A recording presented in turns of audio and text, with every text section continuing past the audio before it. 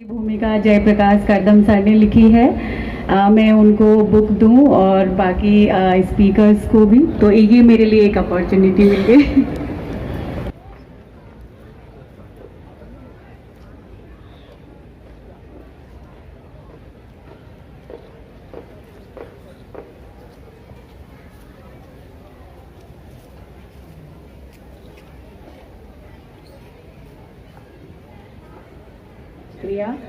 इसके साथ ही मैं रवि कुमार नारा सर का बहुत बहुत धन्यवाद करती हूँ कि वो बहुत दूर से हमारे लिए समय निकाल कर यहाँ पर आए और बहुत अच्छे इनपुट्स उन्होंने दिए इस सत्र में। सर आपका बहुत बहुत शुक्रिया। इसके साथ ही मैं महेंद्र बेनीवाल सर का भी बहुत हृदय से आभार व्यक्त करती हूँ कि सर आपने समय निकाला हमारे दलित लिटरेचर फेस्ट के लिए और आप यहाँ पर आए। और इस सत्र की सबसे जुल्म को जुल्म लिखूंगी, अत्याचार को अत्याचार लिखूंगी, तुम्हारी हर उस बात के खिलाफ लिखूंगी। हाँ मैं लिखूंगी जिसने जकड़ दिए पांव रीत रिवाज के बंधनों में, कर दिया कैद तुम्हें घर की चार दीवारी में, जिसने छीन ली आजादी घोंट दिया गला तुम्हारे सपनों का, हाँ उसके खिलाफ मैं लिखूंगी। यहाँ तीसरा दलित फेस्टिवल चल रहा है और आज लास्ट दिन है और आज जितने भी दलित साहित्यकार हैं या कवि हैं वो अपनी अपनी रचनाओं को सुना रहे हैं। और इसी बीच हमारे बीच में डॉक्टर ममता जी ने भी काफ़ी किताबें लिखी हैं और आज भी एक किताब का विमोचन हुआ है, दलित साहित्य और सिनेमा। मैडम क्या कारण है, पहले तो आपका नेशन न्यूज इंडिया चैनल में आपका हार्दिक स्वागत है। मैडम क्या कारण है कि आज देश के वो आज़ाद हुए 74 साल पूर्ण हो चुके हैं और आज भी महिला जो त्राही कर रही हैं उनका जो सम्मान है वो नहीं मिल रहा है। और एक तरफ कहते हैं कि नारी सशक्तिकरण की बात करते हैं। सर मुझे सबसे पहले एक चीज़ बताना चाहूँगी, भारत में शिक्षित जो महिलाएं, तेज बोलो मैडम।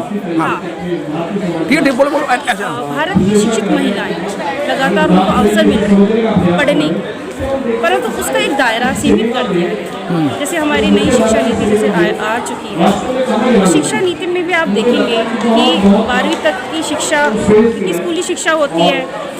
जो पहली पीढ़ी माता पिता अगर वो 10वीं 12वीं पढ़ चुके हैं तो उनके दिमाग में एक सीमित दायरा होता है कि हमारे बच्चे भी 10वीं 12वीं या कॉलेज तक जाए, उसके आगे वो नहीं सोचते, शायद उनको पता भी नहीं कि आगे क्या है।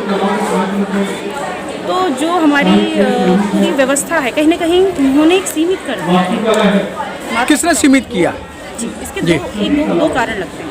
एक तो परंपरागत रूप से जो उनकी पितृसत्तात्मक व्यवस्था है, पिता चाहता है कि मेरी बेटी ग्रेजुएशन कर ले तो उसको एक अच्छा रिश्ता मिल जाए, या वो नौकरी भी करे तब तक करे जब तक उसके जो भावी ससुराल वाले वो उसको रजामंद, उसके बाद उसका जीवन वो तय करे। एक तो ये रीज़न। दूसरा जो हमारा सरकार है या हमारी व्यवस्था है, हमारा तंत्र है पूरा शिक्षा तंत्र कह लो, वो अब इतना महंगा हो चुका है। उसको एक स्त्री या एक लड़की ये सोचे कि मैं PhD तक पढ़ूंगी और उसका अगर कैलकुलेशन निकालती कि मुझे कितना अमाउंट लगेगा तो शायद उसके पिता की कमर झुक जाएगी।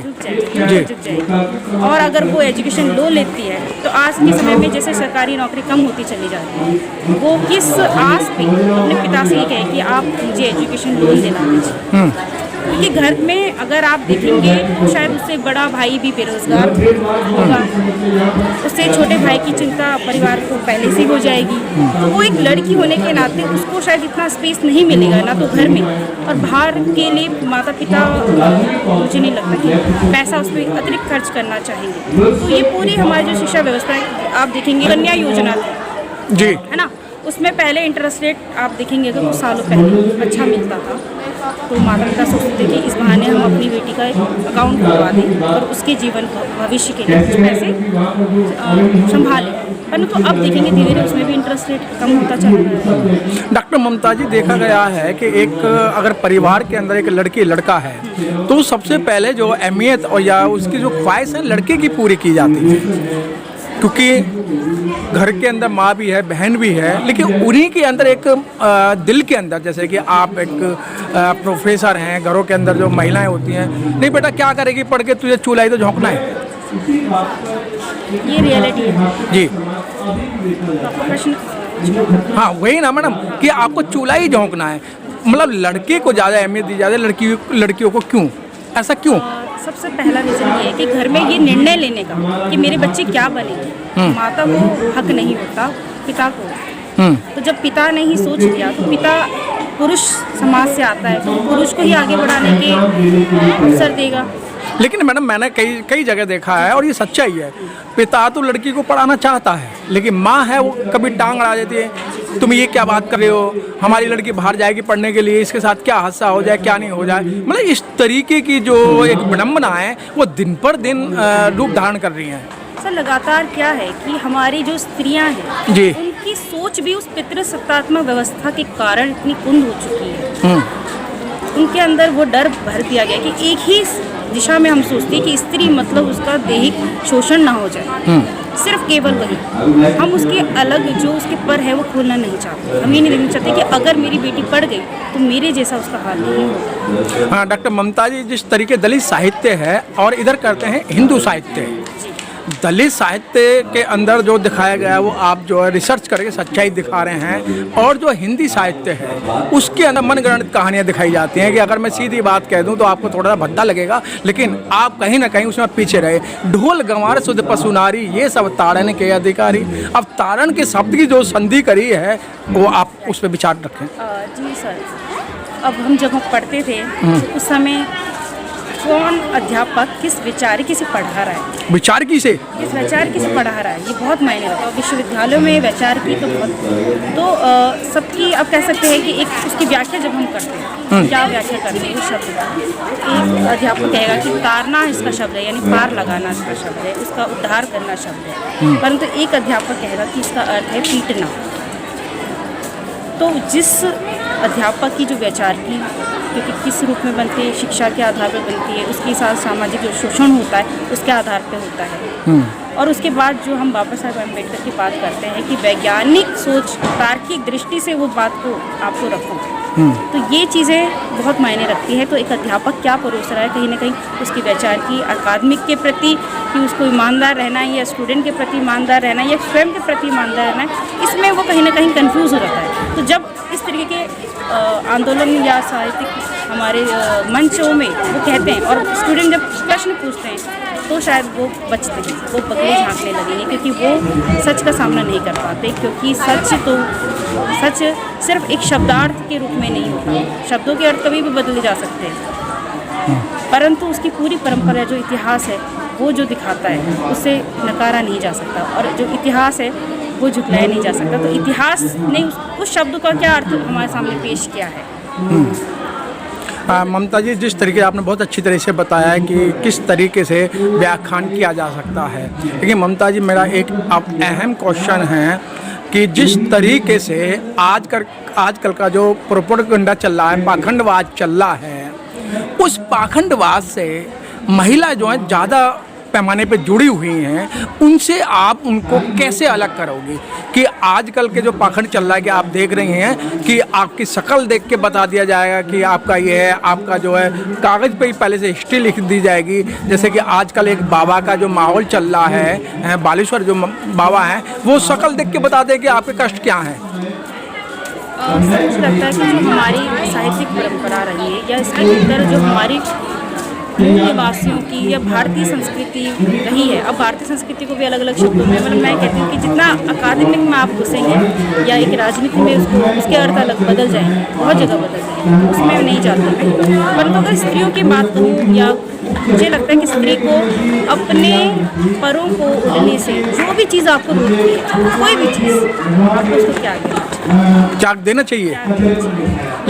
लेकिन मैडम सर मुझे लगता है एक चीज़ कि जो हमारी सरकार है ना, वो एक वैचार की लेकर चलती है, वो सोच लेकर चलती है कि हमें समाज को आगे बढ़ाना है। परंतु जब तक हम कुछ चीज़ें जो हमारी पिछड़ी हुई सोच है ना, कुछ लोग होते हैं, हर जगह होते हैं, हर सरकार में होते हैं, उन लोगों को अवॉइड करना चाहिए। मैं यही कह रही हूँ कि एक लड़की ये सोचे कि मुझे विकास करना है, मुझे आगे बढ़ना है, मुझे अपने पर फैलाने, मुझे पढ़ना है, मुझे शिक्षित होना है, आत्मनिर्भर होना है, उसमें क्या रोड़े हैं, उन चीज़ों को त्यागे। और अगर सरकार आपको कोई स्कॉलरशिप दे रही है तो उसके प्रति सकारात्मक चीज़ देखिए, उसको अपनाइए, क्योंकि वो जब आप पढ़ोगी, जब आप पेड़ बनोगी, तभी किसी चीज़ को मुझे लगता है दूसरे को समझा पाओ। अच्छा मैडम, जिस तरीके से आप परिवार में एक लड़के, हर परिवार में लड़की होती है, अगर एक छोटा भाई है, जो लड़के स्वतंत्र नहीं हैं, अगर जब पैदा होंगे तो पैदा होने से पहले उनको डिस्टर्ब करने की कोशिश की जाती है, आज का महंगाई का दौर जो आजकल के वातावरण को लेके, और दूसरा जब वो थोड़ी बड़ी होती है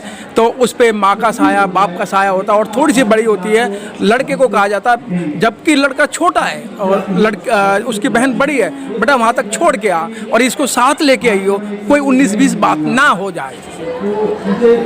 सर यही चीज़ मैंने जैसे कई घरों में बहुत ज़्यादा देखी है, कई लोगों के घरों में, कंपैरिजन मेरे घर में शायद इतनी चीज़ नहीं तेज थोड़ा, हाँ। दूसरी चीज़ें हैं, ऐसे नहीं कि आपके सामने एक एग्जाम्पल होगा, उस सोच को रिफ्लेक्ट करने के तरीके अलग होते हैं, क्योंकि एक टाइम तक जब आपको समझ नहीं आती बातें, आपको लगता है मेरे साथ तो कोई भेदभाव नहीं है, कि छोटा ही तो भाई है या बड़ा ही तो भाई है, मेरा ही तो भाई है, पर जब आपको लगता है कि नहीं, इसके पीछे एक सोच है कि आप लड़की हो, उस दिन एक तो खराब लगता है, पर उस दिन एक मोह से आप मुक्त होते हैं। ये सबसे अच्छी चीज़ होती है कि अब आप एक स्त्री होने के नाते आप ये सोचोगे कि मुझे अपना विकास करना है, अपने बारे में सोचना है, थोड़ा सा स्वार्थी भी होना पड़ेगा, दूसरों की नज़र में स्वार्थी होना है। अगर एक लड़का अपने लिए सोचता है कि पापा मुझे पढ़ना है, मुझे आप हेल्प कीजिए, हाँ कहेंगे शाबाश बेटा पढ़, हम देंगे। पर यही बात अगर एक लड़की कह देते तो कहते हैं कि बेटा घर का बजट बिगड़ जाएगा,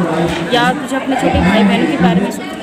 कहते हैं ना, घर में कलह करने की वजह एक लड़की ही को जिम्मेदार उसी को ठहरा जाता है जी, केवल, चाहे मतलब वो चुप रहे तो सब ठीक है, पर जिस दिन उसने कह दिया कि मुझे इस चीज़ में दिक्कत है, तो वहीं वो की विलन बन जाती है। ममता जी, आप युवा हैं, युवा प्रोफेसर हैं, पढ़ा रही हैं, आप जैसी काफ़ी सारी बहनें हैं, आप जैसी काफ़ी सारी महिला हैं, आपको देश नहीं विदेश भी देख रहा है, तो आप क्या संदेश देना चाहती हैं शॉर्ट रूम में? मैं एक संदेश ये देना चाहती हूँ तेज जी, मैं एक संदेश यह देना चाहती हूँ कि जैसे ये कार्यक्रम होते हैं, चाहे दलित साहित्य महोत्सव या कोई भी साहित्य महोत्सव, हाँ चाहे मैंने एक चीज़ देखा है, प्रोग्रेसिव बातें ज़रूर हैं, भले ही वो लोग इम्प्लीमेंट कहीं ना करें, जैसे दूसरे साहित्यिक जो महोत्सव होते हैं वो बाज़ारवादी हो चुके हैं, भले ये चीज़ मैं मान सकती हूँ, पर एटलीस्ट मंच पे सभी प्रोग्रेसिव बन जाते हैं, तो एक रिफ्लेक्शन आता है अच्छी चीज़ें बातें सुनने का। तो कम से कम मुझे लगता है कि ये सब छोड़कर, मन मुटाव छोड़कर, हमें ऐसा आंदोलन में समाज जो महोत्सव हो रहे हैं, चाहे कोई भी सांस्कृतिक कार्यक्रम हो, उसमें शामिल ज़रूर होना चाहिए। आपके एक सोच, एक दूसरा एंगल भी नज़र आता है जी। तो मैं सबसे यही चाहती हूँ कि ऐसा साहित्यिक समारोह में अवश्य आएँ, जुड़े, क्योंकि सिर्फ हम साहित्य को नहीं जान रहे, लोगों की सोच को भी महसूस करते हैं और अपने सामने एक अलग ऑप्शन भी देखते हैं कि इसके अलावा भी जीवन है, सिर्फ अपने लिए जीना जीवन, ये समाज को प्रेरित करना, समाज को बदलना भी। डॉक्टर ममता जी, बहुत बहुत धन्यवाद आपका।